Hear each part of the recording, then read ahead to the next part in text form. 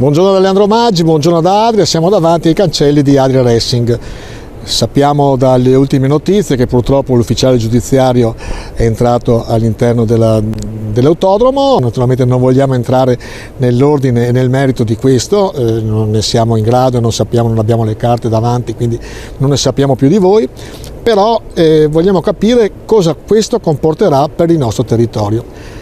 Il nostro territorio già debole, già con un turismo che fondamentalmente dura solo per il periodo estivo, aveva trovato in Adria Racing oppure nell'autodromo la possibilità da parte degli operatori, albergatori, ristoranti, pizzerie, camere, bed and breakfast, la possibilità di allungare la stagione quasi di 12 mesi l'anno.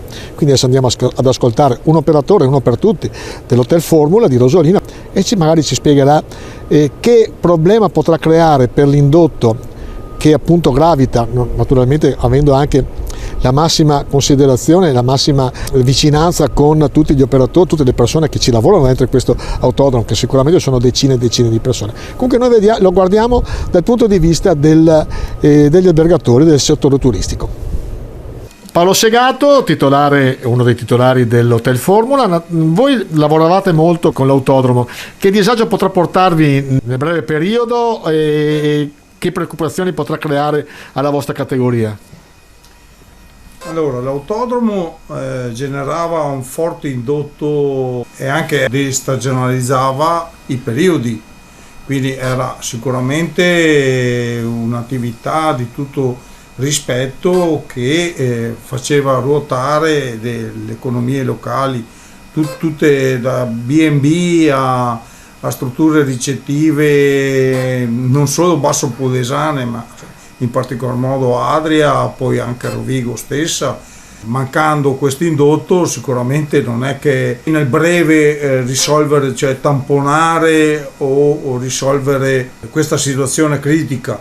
Abbiamo un prodotto parco, il prodotto parco però è un prodotto che è ancora embrionale, è sulla buona strada, la giusta percorrenza e tutto, però rimane balneazione per il Basso Polesine, persa la destagionalizzazione dell'autodromo, reinventarsi sarà veramente una prova del 9. Dopo questi primi rumors, questo intervento, quante disdette avete avuto voi nel vostro albergo?